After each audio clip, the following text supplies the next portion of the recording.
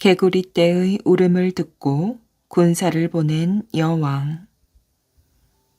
선덕 여왕 5년인 636년 겨울의 어느 날이었습니다. 궁궐 서쪽에 있는 영묘사는 1년 전에 선덕 여왕이 지은 절이었지요. 그 절 앞에는 옥문지라는 큰 연못이 있는데 난데없이 개구리떼가 나타나 밤낮 없이 울어대었어요. 이게 어찌된 일이지?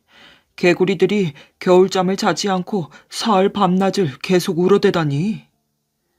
괴상한 일이네. 혹시 나라에 나쁜 일이 생길 징조 아닌가? 백성들은 모이기만 하면 걱정스러운 얼굴로 이렇게 수군거렸습니다.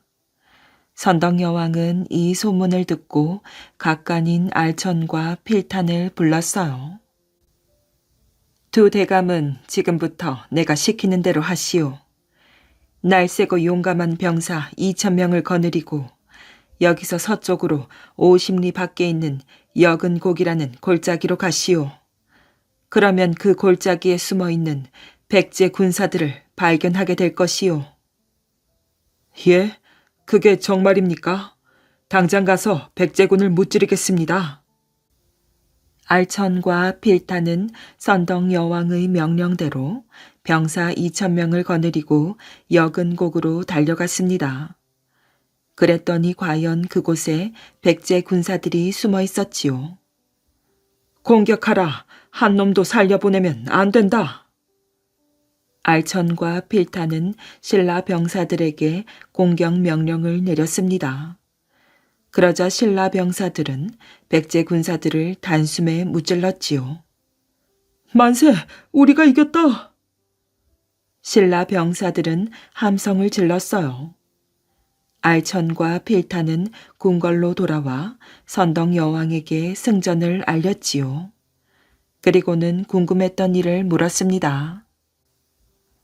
여왕마마, 백제 군사들이 숨어 있다는 것을 어떻게 아셨습니까? 선덕 여왕이 웃으며 대답하였어요. 두 대감도 생각해 보시오.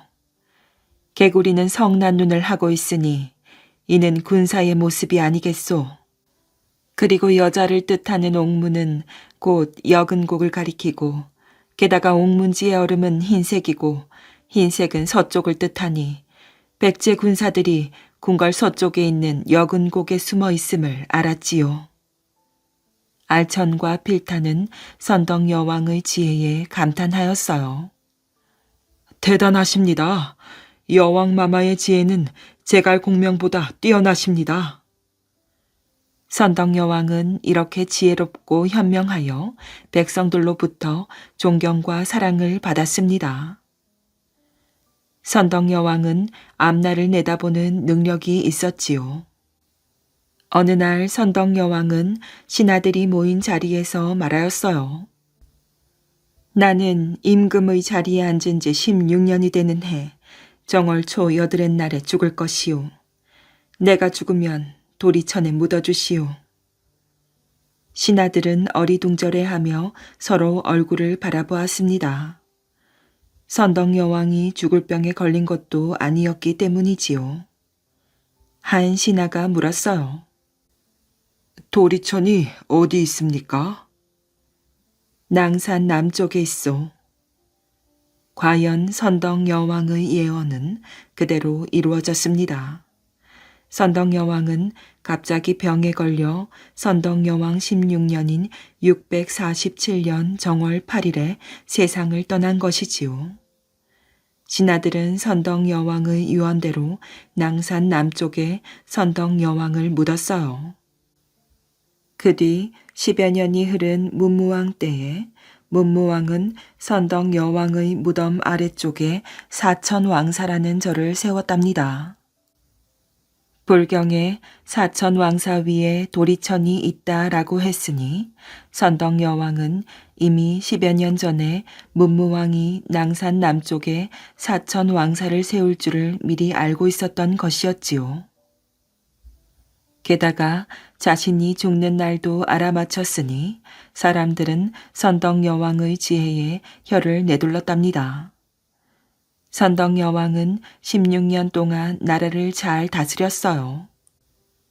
이때 선덕 여왕이 김춘추, 김유신 같은 인재를 길러내고 어려움을 잘 이겨냈기에 뒷날 신라는 삼국을 통일할 수 있었답니다. 명나라 황제의 사위가 될 뻔한 양녕대군. 조선 태종 1년인 1401년 명나라 사신 황엄이 조선을 방문했을 때의 일이랍니다. 대신들은 태종에게 이렇게 건의하였어요. 황엄은 명나라 황제가 아끼는 내관입니다. 황엄에게 부탁하여 명나라 황제의 딸을 세자빈으로 맞이하는 것이 어떻겠습니까? 황엄이 명나라 황제를 설득하여 이 일이 이루어진다면 우리 조선의 경사입니다. 그거 참 좋은 생각이요. 명나라와 우리나라가 사돈지간이 된다면 두 나라의 관계가 더 좋아질 것이요. 태종은 명나라 사신 황엄에게 세자 양녕대군과 명나라 공주와의 혼담을 청하였습니다. 그러자 황엄은 반색을 하며 말하였지요. 좋습니다. 제가 명나라로 돌아가서 혼인을 주선해 보지요. 그러나 황엄은 명나라로 돌아가서 아무 연락이 없었습니다. 그리고 몇 차례 조선에 사신으로 들어와서도 어쩐 일인지 그 일에 대해서는 말 한마디 하지 않았지요. 태종은 황엄에게 혼사 문제를 꺼낸 것이 후회되었어요. 그래서 황엄에게 한마디 상의도 하지 않고 이조 판서를 지낸 김한로의 딸을 세자빈으로 맞이했습니다.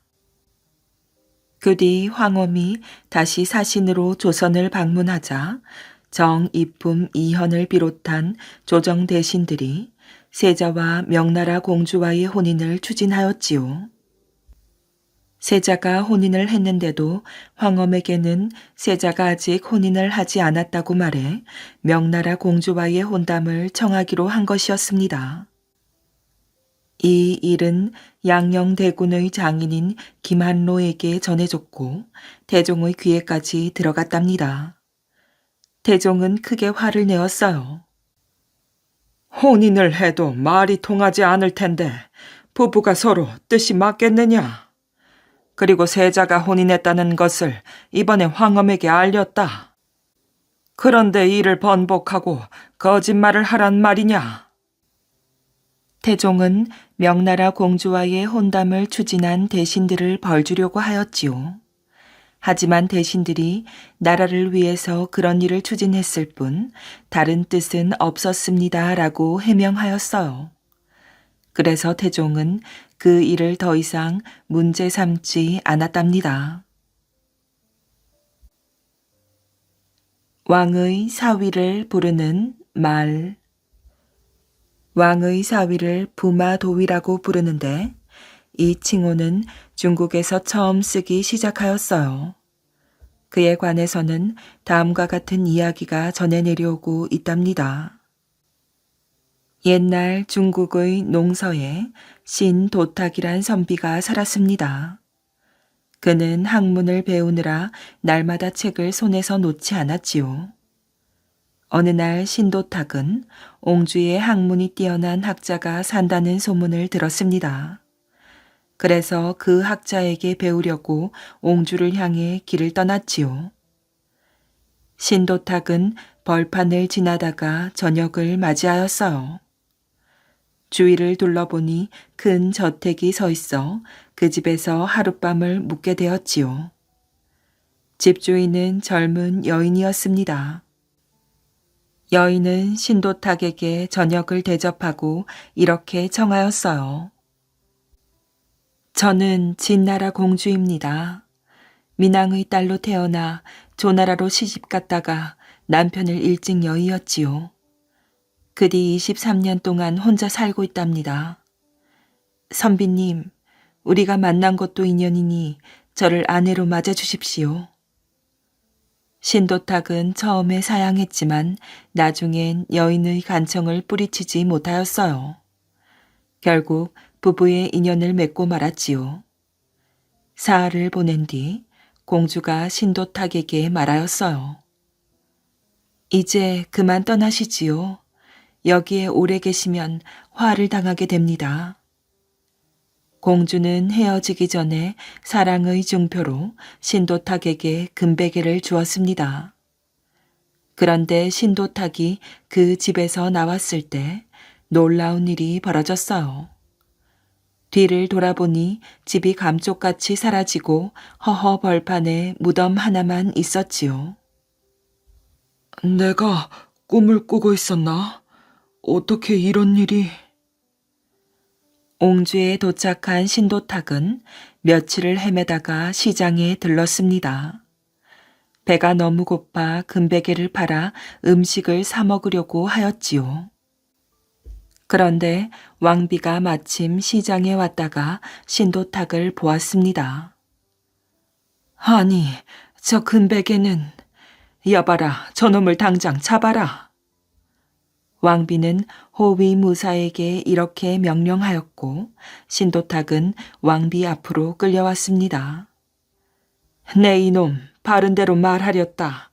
금베개는 어디서 났느냐? 왕비가 추궁하자 신도탁은 지금까지 있었던 일을 숨김없이 모두 털어놓았어요. 왕비가 말하였지요. 금베개는 공주의 무덤 속에 들어있던 물건이다.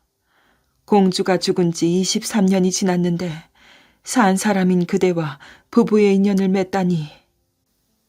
그대는 내 사위가 틀림없으니 부마 도위에 임명하겠다. 당시에 중국에서는 황제가 타는 수레인 부거를 끄는 말을 부마라고 불렀습니다. 부마 도위는 이 부마를 맡아보던 직책이었어요. 그런데 신도탁이 부마 도위가 되고부터 황제의 딸과 결혼한 사람만 부마 도위에 임명하였지요. 그래서 부마 도위는 왕의 사위를 부르는 말이 되었답니다. 무서운 곽지가 온다. 임진왜란이 일어났을 때 임금이 한양을 버리고 도망갔다는 소식에 많은 백성이 절망했지만 스스로 나라를 지키자고 일어서는 백성들도 있었답니다. 경상남도 의령의 곽재우는 모든 재산을 털어 의병을 모았어요. 그는 의병들과 함께 크고 작은 전투에서 왜군들을 물리치고 큰 공을 세웠답니다. 붉은 옷을 입은 자가 나타났다. 저 자를 잡아야 한다. 곽재우는 언제나 붉은 옷을 입고 나타났어요. 왜군들은 곽재우를 잡으려고 붉은 옷을 입은 자들을 쫓았지요. 그러자 곽재우는 여러 부하에게 붉은 옷을 입히고 변장을 시켰답니다. 아니, 붉은 옷을 입은 자가 한 명이 아니잖아. 귀신이다. 사방에서 붉은 옷을 입은 사람들이 나타나자 혼이 싹 빠졌어요. 귀신이 나타났다며 꽁무니를 빼고 도망가기도 하였지요. 곽재우는 도망가는 척하며 일부러 커다란 상자를 떨어뜨리기도 했답니다. 왜군들은 귀한 물건이 든 줄 알고 상자를 열었어요. 그런데 그 속에서 벌떼가 우르르 나와 왜군들을 공격하였지요. 그 다음 싸움에서도 곽재우는 일부러 상자를 떨어뜨렸어요. 이 안에는 분명 벌이 들었겠지. 상자를 불 속에 던져라. 왜군들이 상자를 불 속에 던지자 엄청난 폭발이 일어났어요. 상자 속에 폭탄이 들어있었던 것이지요. 곽재우는 이처럼 뛰어난 전술로 왜군을 무찔렀어요. 한편 그의 활약이 널리 알려지면서 어른들은 우는 아기를 달랠 때 무서운 곽지가 온다라고 했다고 한답니다. 선비의 엉뚱한 대답. 더운 여름 나그네 한 명이 황톳길을 걷고 있었어요. 산길을 걸을 때는 그나마 나무 그늘이 있어 더운 줄 몰랐는데 황톳길로 접어들자 꽃들만 무성하고 나무 그늘이 없어 무척 더웠지요. 아이고, 시원한 술 한잔 했으면 좋겠구나. 나그네는 술 한 잔으로 목을 축이고 개울가에서 시원하게 물장구를 치고 싶다는 생각을 하였어요. 어찌하여 가도 가도 마을이 안 보이는가? 햇볕 쨍쨍한 길을 말동무도 없이 걷다 보니 사람들로 바글거리는 마을이 무척 그리웠어요. 더위 때문에 온몸에서 땀이 줄줄 흐르고 숨이 헉헉 막혔답니다. 그렇게 한참을 걷다 보니 마을이 보였어요. 술로 목을 축이고 맛있는 국밥을 먹고 시원하게 물장구를 쳐야겠구나. 나그네는 있는 힘을 다해 마을로 달려갔어요. 주막이 어딘가? 나그네는 주막을 찾아 이 골목 저 골목을 헤매었지요. 그러다 소를 타고 어슬렁어슬렁 어디론가 가고 있는 선비를 발견하였어요. 나그네는 선비에게 달려갔지요. 여보시오, 여보시오. 나그네가 애타게 부르는데도 선비는 뒤도 돌아보지 않고 계속 자기 갈 길만 갔답니다. 나그네는 힘들게 달려가 겨우겨우 선비가 탄 소의 꼬리를 붙잡을 수 있었어요. 여보시오, 내 말 안 들리시오? 날 불렀소. 난 누가 여보 여보 하고 안악을 부르는 줄 알았소이다. 예? 선비의 말에 나그네는 조금 황당하긴 했지만 그저 농담을 하는구나라고 생각하였어요. 여보시오, 이 동네 주가가 어디 있습니까? 주가라? 이 동네는 주가성을 가진 사람은 없소이다. 김가, 이가, 최가 등은 있지만 술집이 어디냐고 물어보면 될 것을 딴에는 선비에게 물어보는 것이라 문자를 써서 주가라고 했더니 선비는 엉뚱하게도 사람의 성씨로 대답을 하였어요. 이 사람이 정말 내 말을 못 알아듣고 이러나? 아니면 나를 놀려주려고 이러는 것인가? 나그네는 선비가 혹 자신을 얕잡아보고 놀리는 것 아닌가 하는 의심이 들었어요. 그것이 아니라 술집이 어디 있는지 묻는 것입니다. 술집이 어디 있습니까? 나그네는 다시 한번 물었어요. 숟가락 넣는 술집이라면 저기서 왼쪽으로 돌아 시장에 가서 찾아보시오. 선비는 이렇게 말하고 소의 고삐를 당겨 갈 길을 재촉하였지요. 아니, 저 양반이 나를 놀려도 한참 놀리고 있군. 나그네는 얼굴이 후끈후끈한 것이 화가 났어요. 그래서 이번에는 나그네가 선비를 놀려 주어야겠다고 생각하였지요. 여보시오, 잠깐 기다리시오. 나그네는 또 달려가 선비 앞을 가로막았어요. 왜 또 그러시오? 당신 쓴 것이 무엇이오? 나그네는 갓을 쓴 점잖은 선비가 나그네를 놀리는 것은 잘못된 것임을 일깨워 주기 위해 선비를 대표할 수 있는 의복 중 하나인 갓에 대해 물었답니다. 하지만 선비 하는 말이 쓴 것이라? 쓰다고 하면 쓴바귀가 있겠지요. 쓴바귀 얘기를 하니 봄나물이 생각나는구려.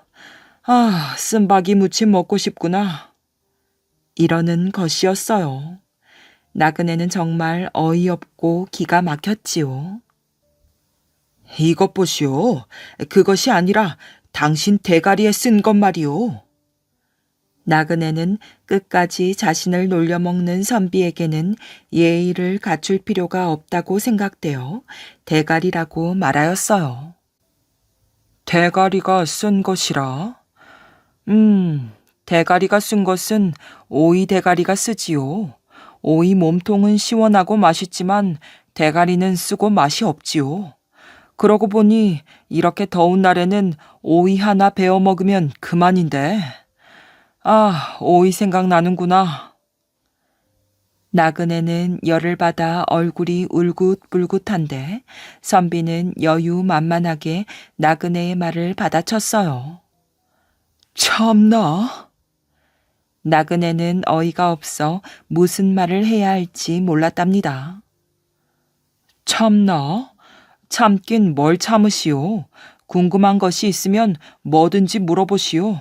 내가 친절히 가르쳐 드리리다. 선비는 또 나그네의 말을 받아 엉뚱한 대답을 쭉 늘어놓았어요. 아이고, 이 사람하고 계속 말을 썩다가는 내가 미쳐버리겠구나. 당신 정말 말 못할 양반이구려. 나그네는 이러면서 돌아가려는데 선비가 마지막으로 한다는 말이 오호, 잘도 아시는구려. 내가 말을 못해서 이렇게 소를 타고 나들이를 다니지요. 당신도 아는 건 한 가지 있구려. 이러는 것이었어요. 그러니 나그네는 목이 타는 것보다 속이 더 갑갑하게 타들어갔답니다. 거인을 물리친 아들. 어느 산골에 아버지와 어머니가 아들을 데리고 살았답니다. 해가 졌는데도 아버지가 안 돌아오시는구나. 그러게요, 어머니. 어느 날 아버지는 산에 나무를 하러 갔다가 돌아오지 않았답니다. 어머니와 아들은 눈이 빠지게 아버지를 기다렸지요. 한편 아버지는 나무를 하다가 큰 거인에게 붙잡혀 갔어요. 이 사실을 모르는 어머니와 아들은 등불을 들고 숲을 찾아다녔답니다. 그러나 아버지는 찾을 수가 없었지요. 집으로 돌아온 아들은 피곤했는지 금방 잠이 들었어요. 꿈 속에서 백발의 할아버지가 나타났지요. 얘야, 너는 효성이 지극하구나. 나는 너의 효성에 감동하여 너희 아버지를 찾는 법을 가르쳐 주려고 왔다. 아버지를 찾는 법을요? 아들은 귀를 쫑긋 세웠어요. 그래, 잘 들어라. 벼룩 한 말과 빈대 한 말, 그리고 바늘 한 말을 가지고 다니면 아버지를 찾을 수 있을 것이다. 말을 마친 할아버지는 순식간에 사라졌어요. 할아버지, 할아버지. 아들은 허공에 손을 내저으며 벌떡 일어났답니다. 그날부터 아들은 할아버지가 시키는 대로 벼룩 한 말과 빈대 한 말, 바늘 한 말을 들고 길을 떠났어요. 날이 저물어 쉴 곳을 찾아다녔지요. 저기 불빛이 보이는구나. 저기로 가보자. 아들은 불빛이 있는 곳으로 달려갔답니다. 다행히 집 안에는 아무도 없었어요. 방에 들어가 막 잠을 자려고 하는데 쿵 하는 소리가 들렸답니다. 깜짝 놀란 아들은 문틈으로 밖을 살펴보았어요. 어둠 속에 우뚝 선 커다란 거인이 사방을 두리번거리고 있었답니다. 아니, 이게 무슨 냄새지? 어디선가 사람 냄새가 나는 것 같은데. 거인은 뚜벅뚜벅 걸어 광문을 열더니 사람 이름을 차례대로 불렀답니다. 이름 중에는 아버지의 이름도 있었어요. 저 안에 사람들이 갇혀있는 게로구나. 아들은 가슴이 두근두근 거렸답니다. 거인은 광문을 잠그고 방에 들어가 잠을 잤어요. 아들은 살금살금 거인의 방문 앞으로 다가가 벼룩을 풀어놓았지요. 벼룩들은 거인에게 다가가 거인의 몸을 물어뜯었어요. 아이고 가려워. 도대체 어디서 벼룩이 온 것이지? 잠을 잘 수가 없구나. 거인은 온 몸을 긁적이며 마루로 나와 벌러덩 누웠답니다. 이번에는 빈대를 풀어놓았어요. 빈대들도 거인의 몸을 마구 물어뜯었어요. 아이고 가려워. 도저히 잠을 잘 수가 없겠구나. 거인은 벌떡 일어나 숲속으로 달려갔답니다. 아들은 거인을 놓칠세라 쫓아갔어요. 어디 맛 좀 봐라. 아들은 바늘 한 마를 풀어놓았지요. 바늘은 신기하게도 막 달려가더니 거인의 몸을 마구 찔렀답니다. 아이 따가워. 아이고 따가워. 거인은 폴짝폴짝 뛰며 다시 집으로 돌아왔어요. 그래, 저 소단에 들어가면 아무도 못 들어오겠지. 거인은 부엌에 있는 커다란 가마솥 안으로 쏙 들어갔답니다. 아들은 서둘러 바윗돌을 가져다가 솥뚜껑 위에 올려놓았어요. 그런 다음 장작을 가져다가 불을 지폈답니다. 거인은 솥 안에서 몇 번 비명을 지르더니 조용해졌답니다. 아들은 얼른 광문을 열었어요. 광 안에는 아버지와 거인에게 잡혀온 사람들이 있었답니다. 사람들을 잡아가는 나쁜 거인을 물리친 아들은 아버지를 모시고 집으로 무사히 돌아왔지요. 또한 거인이 모아둔 재물로 사람들을 도우며 행복하게 잘 살았답니다. 그림 속 호랑이를 잡는 방법. 옛날 어느 고을에 심술쟁이 군수가 살았답니다. 군수는 새로운 곳에 부임할 때마다 마을 사람들을 불러 잔치를 하였지요. 특히 똑똑하다고 소문난 사람은 빠짐없이 불렀어요. 백성들 중에서 나보다 똑똑한 사람이 있어서는 안 되지.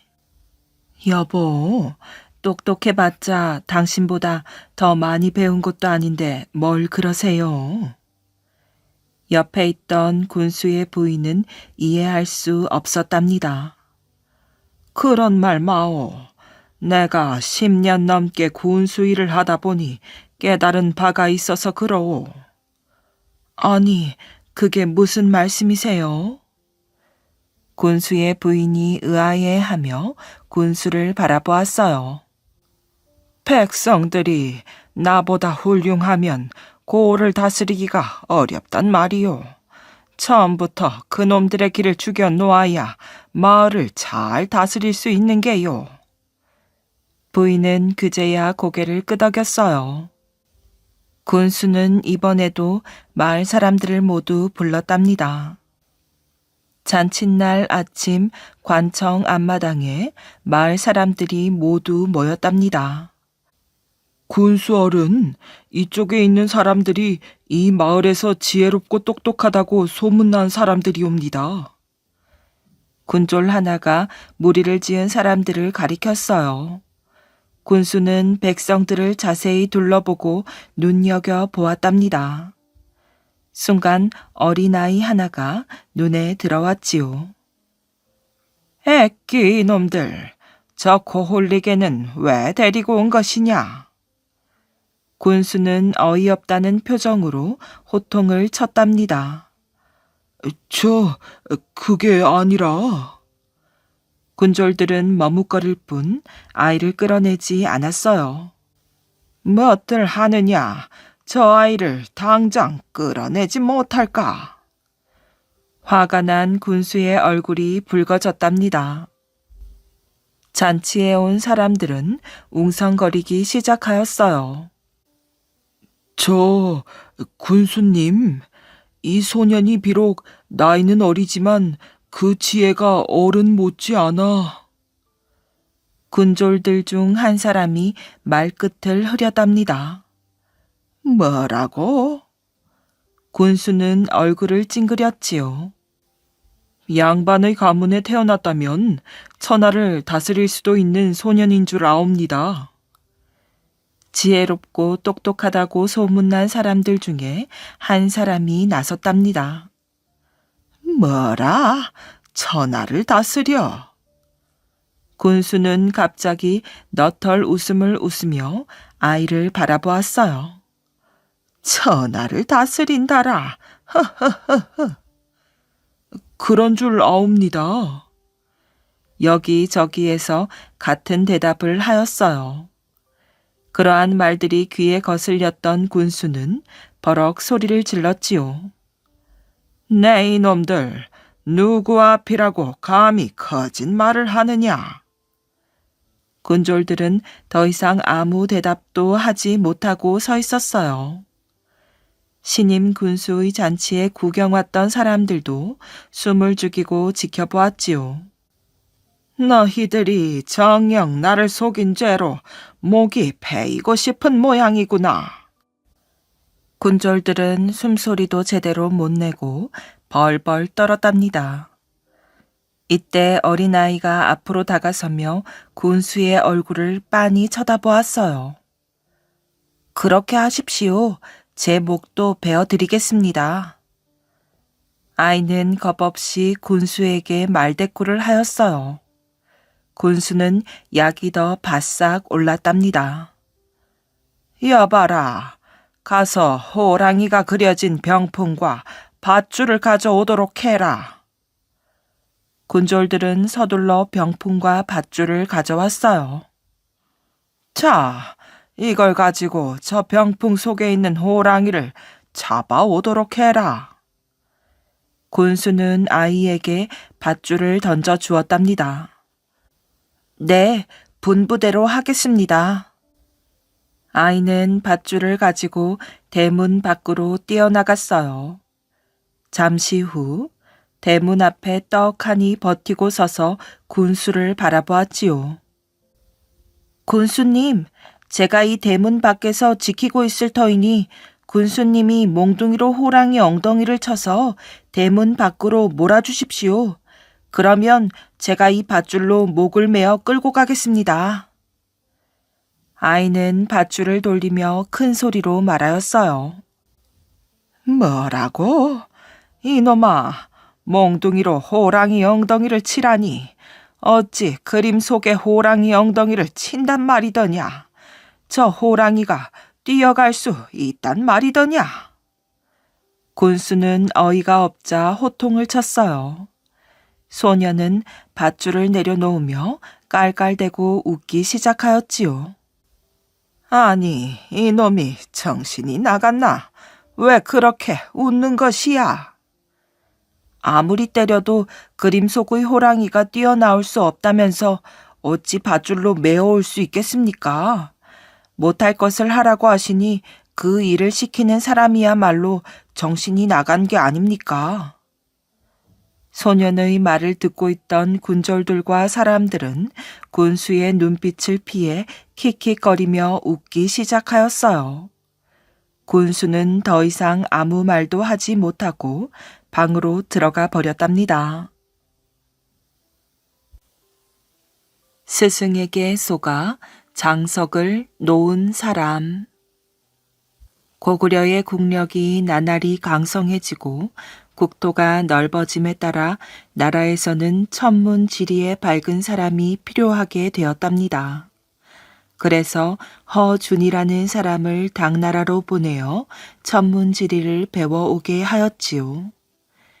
당나라에 도착한 허준은 천문지리에 통달한 학자인 일행의 문화에서 연구를 하게 되었으며 침식을 있다시피 하고 열심히 천문지리를 배웠답니다.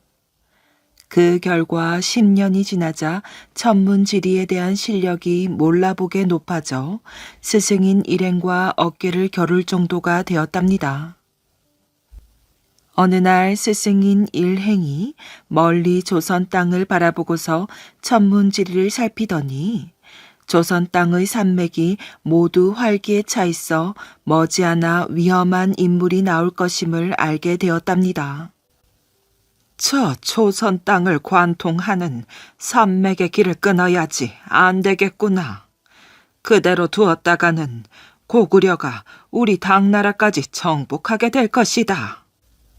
이런 생각을 한 일행은 그 일에 허준을 이용하기로 하였답니다. 며칠 후 허준이 자기의 거처에서 학문을 연구하고 있을 때 갑자기 문 밖이 소란스러워지면서 당나라 나졸들이 집 안으로 몰려들어왔어요. 그러고는 다짜고짜 허준을 향해 큰 소리로 명령하였지요.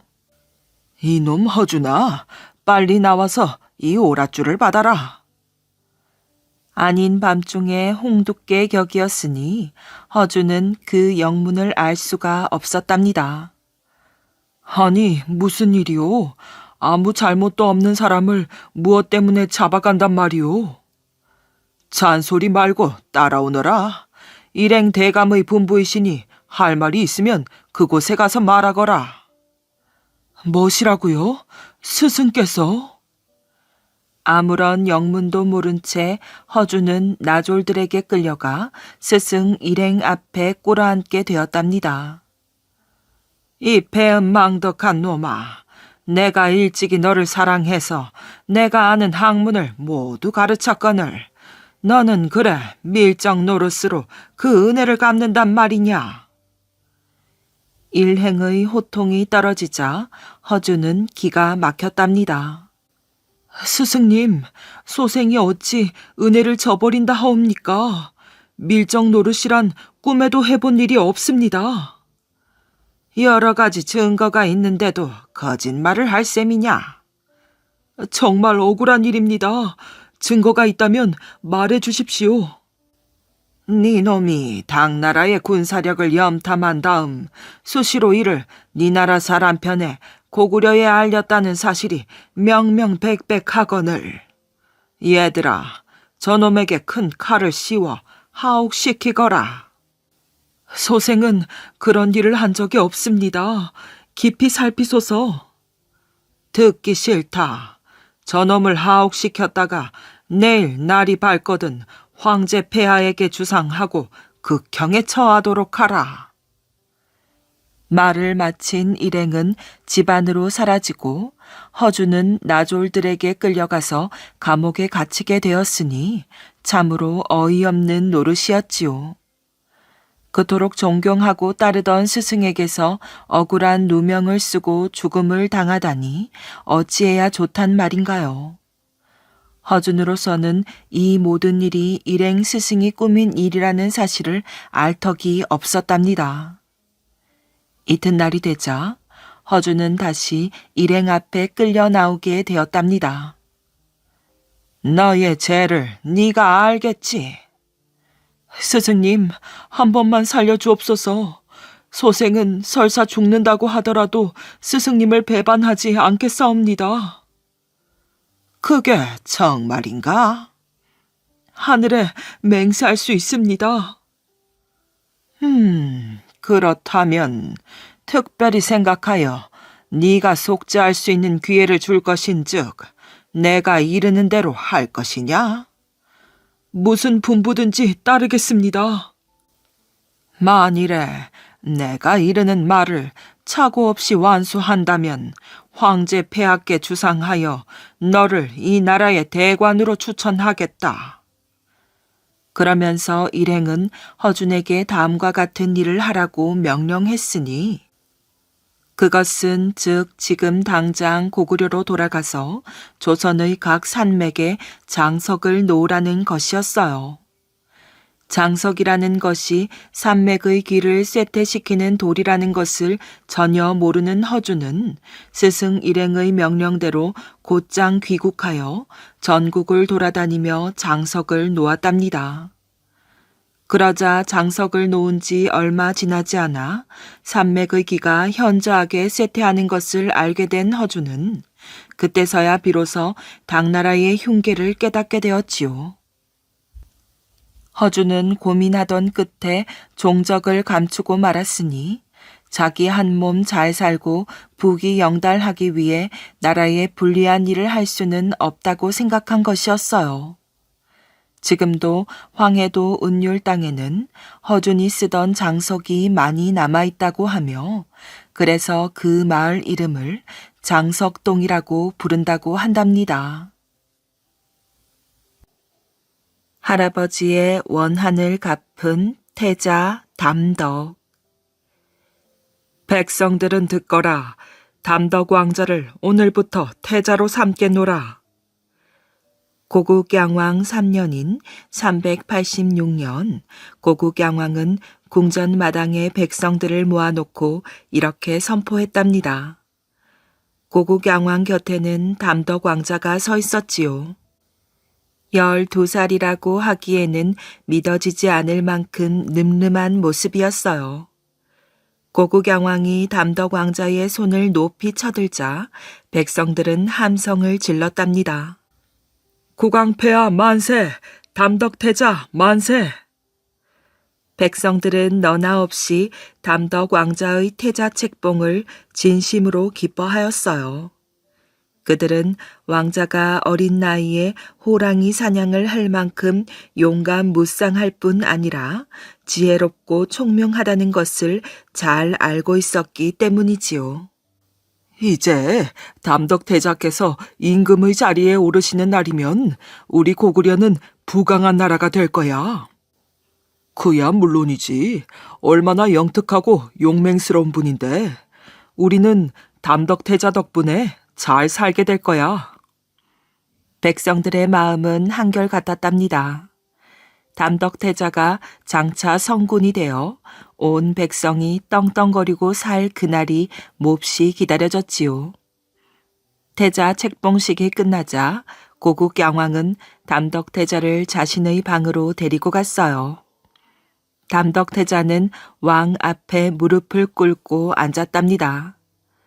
고국양왕이 말하였어요. 태자는 내 말을 깊이 명심해라. 장차 보위를 잇게 되면 내 할아버지의 원한을 반드시 갚을 것이며 중국 오랑캐들에게 빼앗긴 요동 땅을 되찾아야 할 것이다. 아바마마, 염려 마십시오. 하늘이 두 쪽이 나도 기필코 조상님들의 치욕을 서욕하고 영토를 한껏 넓히겠습니다. 담덕태자는 이렇게 당당히 말하고는 입술을 깨물었답니다. 담덕태자의 할아버지는 고국원왕이지요. 고국원왕 41년인 371년 고구려로 쳐들어온 백제의 근초고 왕과 평양성에서 맞서 싸우다가 고국원왕은 전사하고 말았어요. 또한 작년인 385년 11월에는 후연의 침공으로 요동성을 내주었답니다. 아버지 고국양왕은 이 두 가지 일이 뼈에 사무쳐 아들에게 간곡한 부탁을 한 것이지요. 391년 5월 고국양왕이 세상을 떠나자 담덕태자는 17살의 어린 나이로 임금 자리에 올랐답니다. 그가 바로 고구려 제19대 광개토 대왕입니다. 담덕태자는 아버지 고국양왕의 간곡한 부탁의 말을 잊지 않았어요. 왕위에 오르자마자 군사훈련에 힘써 1년 만에 막강한 군대를 길러내었지요. 그리고는 이듬해 7월 4만의 군사를 이끌고 백제의 북쪽을 향해 물밀듯이 쳐들어갔어요. 고구려 군사들의 사기는 하늘을 찌를 듯 하였답니다. 그들은 지금의 경기도 개풍군에 있는 석현성을 비롯하여 백제의 성 10개를 순식간에 빼앗아 버렸지요. 광개토 대왕은 백제군에게 승리를 거둔 뒤 마음속으로 외쳤어요. 할아버지, 아버지, 기뻐해 주십시오. 백제의 성 10개를 점령했습니다. 하지만 지금부터 시작입니다. 백제를 완전 정벌하여 두 분의 원한을 꼭 갚아드리겠습니다.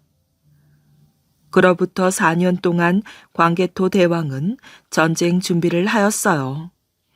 수많은 군사를 길러냈을 뿐 아니라 물 위에서의 싸움에 대비하여 수백 척의 배를 만들었지요. 고구려의 육군과 수군은 이제 과거의 오합지졸이 아니었어요. 최강의 군대였답니다. 고구려군은 이미 392년 10월에 백제의 관미성을 점령했고 395년 9월에는 송화강 언저리에 있는 비려국을 정복하였어요. 광개토 대왕은 396년 봄이 되자 백제 정벌을 결심하고 군대를 동원하였지요. 5만의 군사를 몸소 거느리고 백제를 향해 진격해 나갔답니다. 고구려군은 파죽지세로 적진을 돌파하였어요. 한 달 만에 58개의 성을 함락시켰으며 700여 마을을 소나기에 넣었지요. 고구려군이 백제의 수도인 위례성까지 쳐들어가자 백제의 아신왕은 겁이 덜컥 났답니다. 자신의 군대로는 도저히 고구려군을 무찌를 수가 없었어요. 위례성이 함락되는 것은 시간 문제였지요. 결국 아신왕은 싸우기를 포기하고 광개토 대왕에게 항복하고 말았답니다. 광개토 대왕은 아신왕의 아우와 대신 10명을 볼모로 삼아 국내성으로 개선하였지요. 이리하여 고구려는 한강 이북과 예성강 동쪽 땅을 차지하게 되었어요. 백제를 정벌하여 조상들의 맺힌 원한을 푼 광개토 대왕은 400년 신라의 내무랑으로부터 뜻밖의 요청을 받았답니다. 신라를 괴롭히는 일본 왜구를 물리쳐 달라는 것이었어요. 광개토 대왕은 즉시 5만의 원군을 신라로 보내어 왜구를 모조리 격퇴시켰지요. 그 후 광개토 대왕은 서북 쪽으로 시선을 돌렸어요. 400년 왜구 토벌을 하는 사이 후연히 고구려를 침략하여 신성과 남소송을 빼앗은 일이 있었답니다. 한 채의 땅이라도 넓히기 위해 애쓰는 광개토 대왕으로서는 후연히 차지하고 있는 요동 땅을 주목하지 않을 수 없었지요. 요동 땅은 일찍이 아버지 고국영왕이 빼앗긴 땅이었던 것이랍니다. 그래, 잃어버린 요동 땅을 되찾자 후연을 치는 것이야. 광개토 대왕은 이렇게 결심하고 전쟁 준비에 들어갔어요. 6만의 군사를 모아 피나는 훈련을 거듭했답니다. 그러던 어느 날 후연의 수많은 군사들이 고구려를 침략하였어요. 광개토 대왕은 이 소식을 듣고 모든 군사들에게 출동 명령을 내렸답니다. 드디어 우리에게 후연을 칠 절호의 기회가 왔다. 오랑캐들을 몰아내러 가자. 광개토 대왕은 6만의 군사를 이끌고 싸움터로 향하였어요. 고구려군은 후연군을 물리치고 계속 진격해 나갔답니다. 신성과 남소성을 탈환한 뒤 요화를 건너 숫군성으로 진격하였지요. 숫군성을 지키는 장수는 모용기였어요. 광개토 대왕은 화살에 편지를 달아 성 안으로 쏘았답니다. 모용귀는 편지를 펼쳤지요. 목숨이 아깝거든 성문을 열고 항복하라. 모용귀의 얼굴이 사납게 일그러졌어요. 잠시 뒤 고구려군 진영으로 화살이 날아왔지요. 화살에는 모용귀의 답신이 달려 있었어요. 허튼 수작 부리지 마라. 돌아가지 않으면 불벼락을 내리겠다.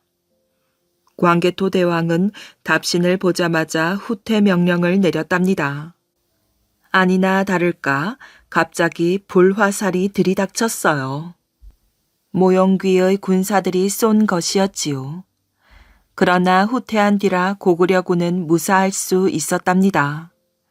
광개토 대왕은 잠시 생각에 잠겼어요. 견고한 숫군성을 무너뜨릴 좋은 전략이 떠올랐지요. 광개토 대왕은 병사들에게 말하였어요. 숙군성을 통과하는 물줄기를 막아라. 멀쩡한 물줄기는 왜 막으시려는 겁니까? 물줄기를 막으면 성 안에서는 마실 물이 없어 난리 법석을 떨 게 아니냐. 그렇게 되면 성문을 열지 않고 못 베길 것이다. 기막힌 전략입니다. 고구려 병사들은 광개토 대왕의 지혜에 감탄했답니다. 고구려군은 소매를 걷어붙이고 나서서 숙군성으로 들어가는 물줄기를 얼른 막아버렸어요. 그로부터 며칠 뒤 성 안에서는 벌집을 쑤셔 놓은 듯이 큰 소동이 벌어졌지요. 마실 물이 모두 떨어진 것이었어요. 병사들은 목이 말라 몸부림쳤답니다. 물이 마시고 싶다. 우리에게 물을 다오. 모용귀는 식순환으로 고생하는 병사들을 외면할 수 없었답니다. 위험을 무릅쓰고라도 성 밖에서 물을 길어와야 했답니다.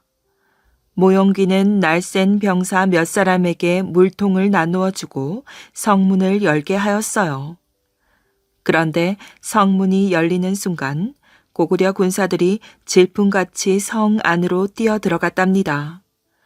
미리 숨어서 성문이 열리기를 기다리고 있었던 것이지요. 숙군성은 순식간에 광개토 대왕의 손에 넘어갔어요. 고구려군은 이 여세를 몰아 현도성, 요동성까지 단숨에 함락시켰어요. 광개토 대왕은 광활한 요동 땅을 둘러보며 감격의 눈물을 흘렸답니다. 할아버지, 아버지, 마침내 이 땅을 되찾았습니다. 오랑캐들을 멀리 쫓아버렸습니다. 광개토 대왕은 후연을 격파하여 요동 지역을 확보함으로써 만주의 주인공으로 등장했던 것이랍니다.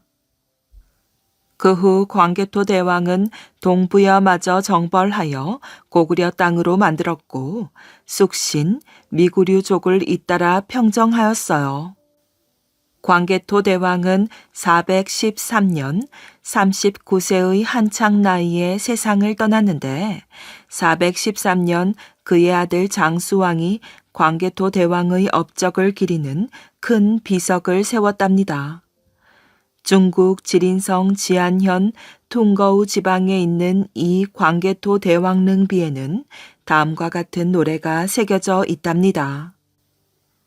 은혜로운 혜택을 하늘에서 받으시어 위엄 있는 무력을 사해에 펼쳤노라.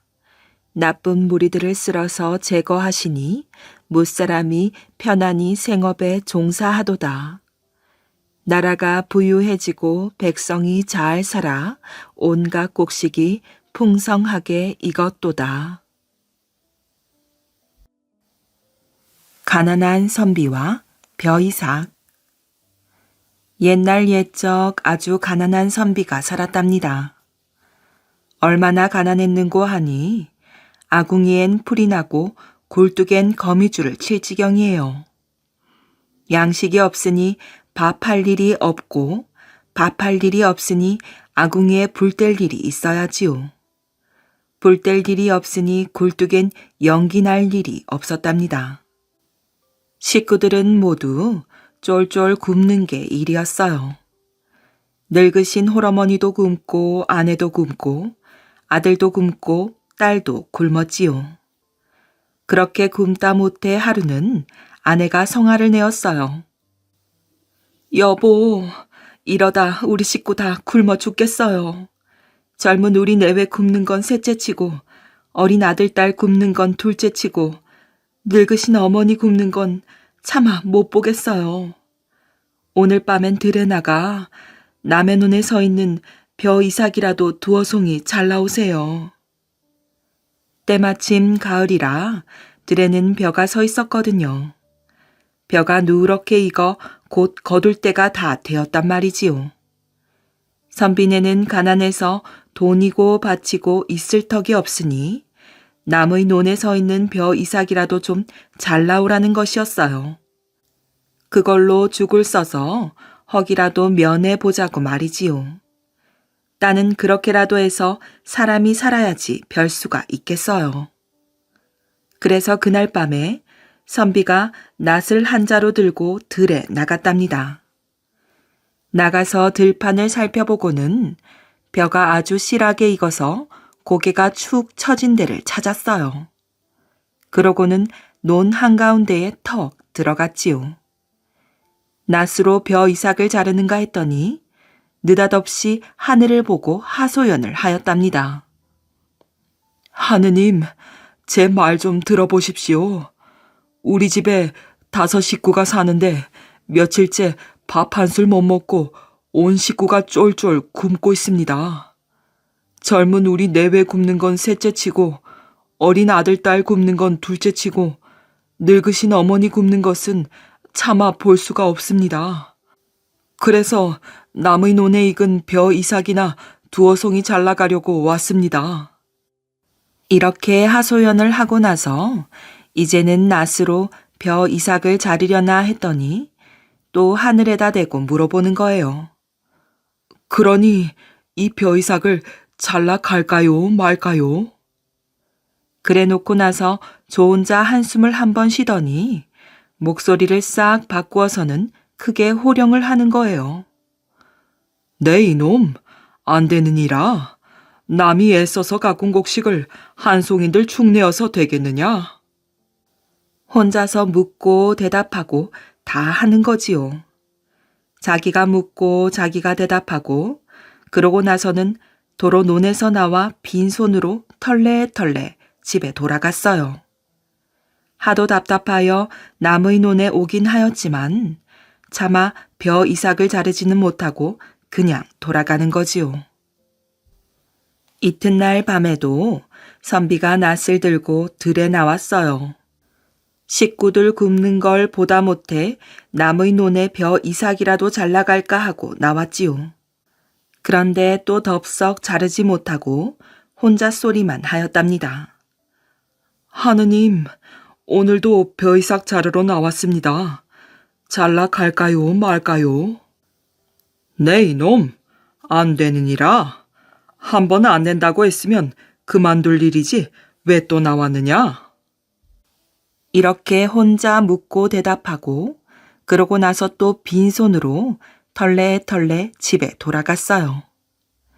사흘째 되는 날 밤에 또 이 선비가 낫을 들고 들에 나왔지요. 당장 끼니거리가 없으니 별 수가 없었답니다. 남의 논 한가운데 들어가서는 또 덥석 자르지 못하고 혼자 소리만 하는 거예요. 하느님, 오늘도 나왔습니다. 잘라 갈까요, 말까요? 네 이놈, 안 된다고 하지 않았느냐? 어서 돌아가거라. 이때 논 임자가 논에 나왔다가 그 모습을 보았지요. 가만히 숨어서 보니 실성한 사람처럼 혼자 묻고 대답하고 그러고 나서는 빈손으로 돌아가거든요. 대강 사정을 눈치채었지요. 참 마음이 고든 사람이로구나. 온 식구가 굶어 죽게 됐는데도 남의 것이라고 손을 못 대다니. 저런 사람을 안 도와줄 수가 있나? 하고서 그날 밤에 몰래 쌀 한 가마니를 져다가 선비네 마당에 갖다 놓았어요. 논 임자야 크나큰 부자는 아니라도 제법 먹고 살만 하였거든요. 그러니 쌀 한 가마쯤 내다 줘도 살림이 그다지 축날 건 없었답니다. 이튿날 아침에 선비가 일어나 보니 마당에 웬 쌀가마니가 덩그렇게 놓여 있었지요. 어찌된 일인지 대강 짐작은 했지만은 짐짓 하늘을 올려다보고 또 혼자 소리를 하였어요. 하느님, 참 고맙습니다. 우리 식구 굶어 죽지 말라고 곡식을 내려주셨군요. 내 이 다음에 이자까지 붙여서 꼭 갚겠습니다. 이러고 나서 또 목소리를 바꾸어 호령을 하는 거예요. 그것으로 우선 식구들 허기나 명쾌하여라. 그리고 다음부터는 선비네 뭐네 하면서 방에 죽치고 앉아 글만 읽을 게 아니라 일을 해야 하느니라. 굳은 일 험한 일 가리지 말고 부지런히 일해서 식구들 굶기지 말렸다. 또 목소리를 바꾸어 대답을 하지요. 여부가 있겠습니까? 그 쌀로 밥을 해서 온 식구가 배불리 먹고 그 다음부터는 정말로 굳은 일 험한 일 안 가리고 부지런히 일을 했어요. 남의 땅 빌려 농사도 짓고 미천 장만하여 장사도 하고 그래서 이듬해에는 쌀 한 가마니에 이자까지 붙여 2가마니를 논 임자네 집에 갖다 주었지요. 아무렴 밤에 몰래 그 집 마당에 갖다 놓았어요. 선비네는 그 뒤로 점점 살림이 불어서 나중에는 아주 큰 부자가 되어 잘 살았답니다.